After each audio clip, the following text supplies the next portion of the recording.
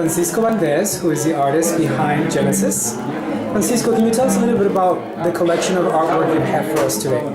Absolutely. It's a collection of artwork. It's oil on canvas, the majority of them painted from life.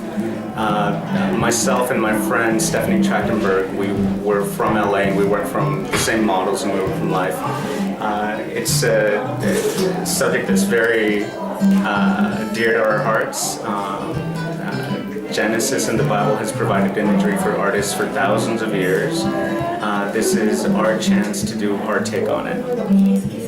Well, we're very excited to have you in El Paso during the show. Hopefully we'll be seeing more of you. What are the themes that you have for the show? So a couple within of the Genesis, sorry. Sure. A couple of the things. So Genesis, it's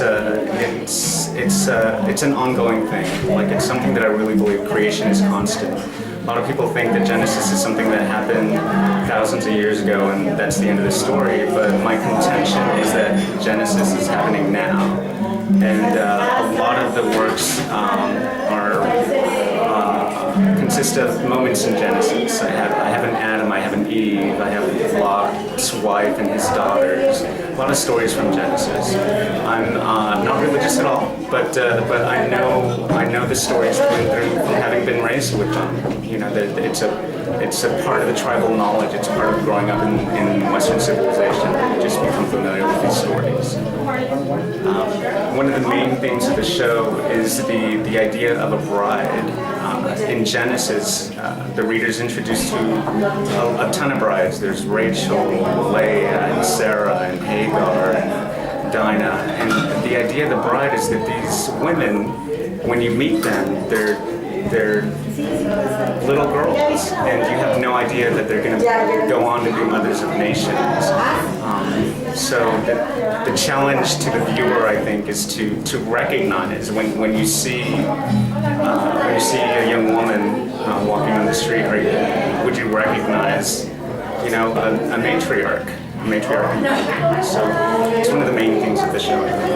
Well, it sounds very intriguing. We'll be looking forward to browsing through the pieces. Thank you so much and welcome to Agave Rosa. Thank you. I appreciate it. Thank you very much, Martha.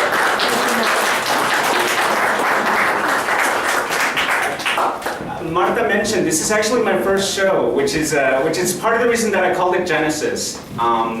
It's a theme that's important to me. Artists, they've been painting stories from the Bible for thousands of years, and this is my chance to do my take on it. I live today, but we have to allude to where we came from. We have to pay our respects to the past. So a lot of the show, Martha's mentioned, like, I'm a much better drawer than I am a painter, but I'm becoming a better painter every day. And thank you for coming. I could sit here and talk about all these paintings. The Genesis really is the theme of this show. These paintings, they have a lot of thought. They have a lot of intention to them. Some of them, to look at them, they're nice and they're pretty and they've got colors and the form, that's great, but I really do put a lot of work into it. I think I'm proud. I'm proud of the work that came together. I'd like to thank Marta for taking a chance on me. She didn't have to. Chance. She didn't have to, and for that I'm grateful. And I have potential and I can see it. I don't know how to draw, but I can see when someone is good. El Paso has been kind to me. I grew up here. El Paso's been wonderful to me. I had to come home for family reasons in the last 6 months, and they weren't good reasons. But I think really one of the things that the show, the reason it means so much to me is because we all have a responsibility to make our own magic, and we can take bad things and we can make good things out of them with the help and the support of some lovely people. Marta Zapata. My husband Peter, who has helped me. He was making sandwiches today. He was framing my paintings. He's really come through. Thank you guys for coming. I really appreciate it.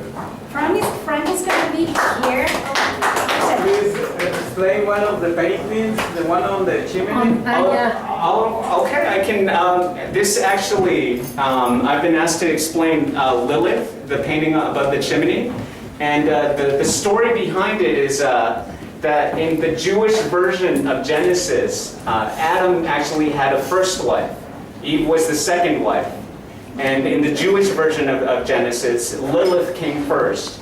And when God created man and woman, He created them both out of the same material, out of the same mud. And because of that, when she was married to him, she didn't believe that she had to submit to him. And she wanted to be on top. She wanted to take her turn on top. And when Adam didn't want to let her, she decided to walk away. She didn't have to sin, and she walked on her own. She took the volition to walk out of the Garden of Eden on her own. And to me, that's very, very powerful. Is you take what's given to you and you do what you want with it, not what anyone tells you to do. So it's an interesting story. She wound up living in a cave. She consorted with a fallen angel, and she became the mother of demons. Which, okay, that's a little dark, but I like the idea of the power of the self-awareness to take it, the agency, you know.